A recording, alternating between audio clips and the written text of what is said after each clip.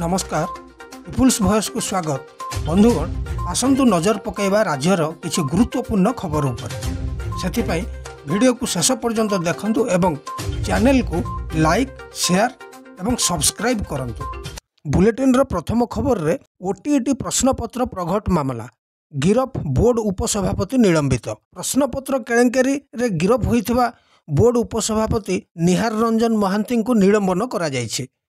उच्च माध्यमिक शिक्षा परिषदर उपसभापति पदरु निहार को निलंबन करिसेंति बोर्ड सभापति श्रीकांत रई। ओटीईटी प्रश्नपत्र लीक घटना रे गत रविवार निहार को गिरफ करा क्राइम ब्रांच। निहार को आर्थिक कारबार खोलताड़ आरंभ होइथिबा बेले तांकु रिमांड रे आनिबाकू योजना चलाइछि क्राइम ब्रांच। बुलेटिन रो परवर्ती खबर रे 79तम स्वाधीनता दिवस पालन पई सूचना और लोकसंपर्क विभाग पक्षरु प्रस्तुति आरंभ होइछि। चलित वर्ष 79तम राज्यस्तरीय स्वाधीनता दिवस रे माननीय मुख्यमंत्री श्रीयुक्त मोहन चरण माझी मुख्य अतिथि भाव जोगदे जातीय पताका उत्तोलन करेंगे और सम्मिलित परेड रे अभिवादन ग्रहण करेंगे। सोमवार अपराह्न रे सूचना और लोकसंपर्क विभाग पक्षरु स्वाधीनता दिवस 2025 पालनर रूपरेखा संपर्क में एक प्रस्तुति बैठक अतिरिक्त मुख्य शासन सचिव हेमंत शर्मा अध्यक्षतार अनुष्ठित हो जाइछि। बुलेटिन रो परवर्ती खबर रे सरकार नियुक्ति कले महिला आयोगर अध्यक्षा पदवी। राज्य सरकार पक्षरु महिला कमिशन और सदस्यों नाम घोषणा करा जाइछि। कमिशन रो अध्यक्षा भाव में श्रीमती शोभना महांती को नियुक्ति दि जाइछि। शोभना हेउछंती बालेश्वर जिला रेमुणा ब्लॉक करंजियार बासिंदा। तांकु ओडिशा राज्य महिला आयोग नियम अनुसार अध्यक्षा भाव नियुक्ति प्रदान करा जाइछि। तेबे एही कमिशनर जो नुआ सदस्य भाव घोषणा करा जाइछि सेमाने हेले श्रीमती प्रतिभा शतपथी, श्रीमती उर्मिला महापात्र, श्रीमती कल्पना मल्लिक एवं श्रीमती मुक्ता साहू। बुलेटिन रो परवर्ती खबर रे सरकार नियुक्ति कले ओडिशा शिशु अधिकार कमिशन अध्यक्षा और सभ्य। राज्य सरकार पक्षर ओडिशा शिशु अधिकार सुरक्षा आयोग अध्यक्षा भाव में श्रीमती बबीता पात्र को नियुक्ति दि जाइछि। आज राज्य सरकार एक विज्ञप्ति माध्यम नाम घोषणा करिसेंति। शिशु अधिकार आईन आयोग 2005 अनुଯାयी 30/9/2010 ठारू ओडिशा रे राज्य शिशु सुरक्षा अधिकार आयोग गठन करा जाइछि। सेहीपरि एही कमिशन रे जेउ मानंको सदस्य भावे मनोनीत करा जाइछि सेमाने हेले सुकेशी ओराम, श्रीमती कल्पना लेंका, श्रीमती चंदना दास, श्रीमती कस्तूरी मिश्र, श्रीमती मनस्मिता खुंटिया, श्रीमती सुजाता नायक। बुलेटिन रे परवर्ती खबर रे आसंता सोमवार रे मुख्यमंत्री जन अभियोग शुणाणी अनुष्ठित हेबो। आसंता सोमवार अगस्ट 11 तारिख रे मुख्यमंत्री जन अभियोग शुणाणी अनुष्ठित हेबा नै मुख्यमंत्री कार्यालय सूत्रु जना पड़िछि।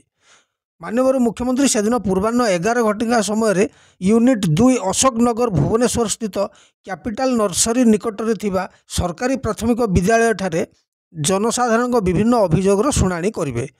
यही अभियोग शुणाणी ऑनलाइन पंजीकरण आसंता काली अगस्ट 6 तारिख पूर्वाह्न 11 घटिकारु आरंभ होई सर्वाधिक 1000 जन पंजीकरण करने पर्यंत खोला रहिबो। बुलेटिन रो परवर्ती खबर रे बस्ती बासिंदा को आवास योजना रे सामिल कले सरकार।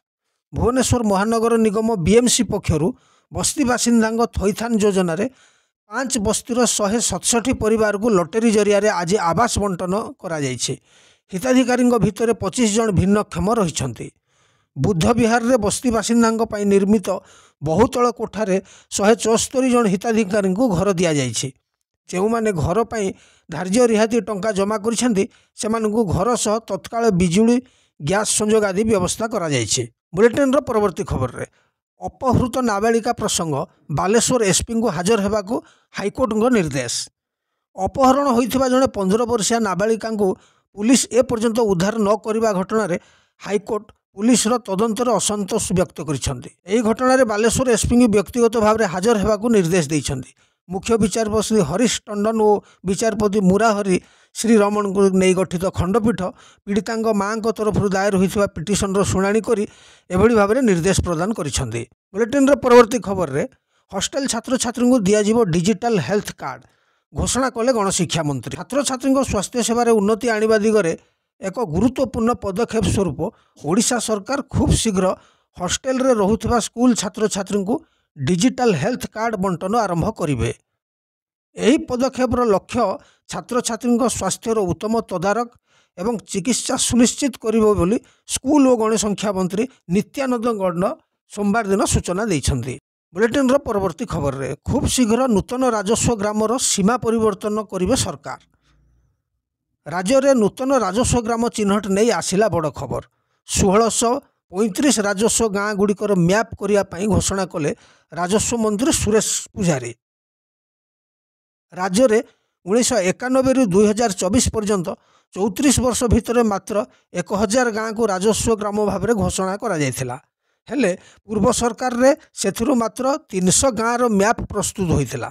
କିନ୍ତୁ ପୂର୍ବ ସରକାର ବାକି 700 ଗ୍ରାମର ମ୍ୟାପ୍ କରିପାରିଲେ ନାହିଁ।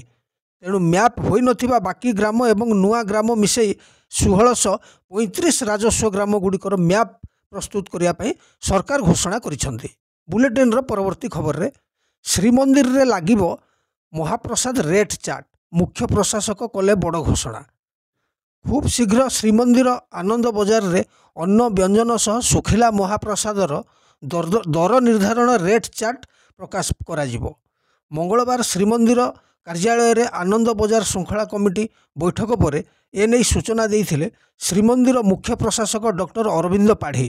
ଶ୍ରୀମନ୍ଦିର ଆନନ୍ଦ ବଜାରରେ ବିଶୃଙ୍ଖଳା ବଢ଼ୁଥିବାରୁ ଏହାକୁ ଦୃଷ୍ଟିରେ ରଖି ଜରୁରୀ ବୈଠକରେ ଏଭଳି ନିଷ୍ପତ୍ତି ଗ୍ରହଣ କରାଯାଇଥିବା ନେଇ ଶ୍ରୀଯୁକ୍ତ ପାଢ଼ୀ ଗଣମାଧ୍ୟମକୁ ସୂଚନା ଦେଇଛନ୍ତି। ତେବେ ଆଜିର ଗୁରୁତ୍ୱପୂର୍ଣ୍ଣ ଖବରକୁ ଏଇଠି ଶେଷ କରୁଛୁ। ତେବେ ପୁଣି ଥରେ ଦେଖାହେବ ଆଉ କିଛି ଅପଡେଟ୍ ଖବରକୁ ନେଇ ଆଗାମୀ ପର୍ଯ୍ୟାୟରେ। ନମସ୍କାର।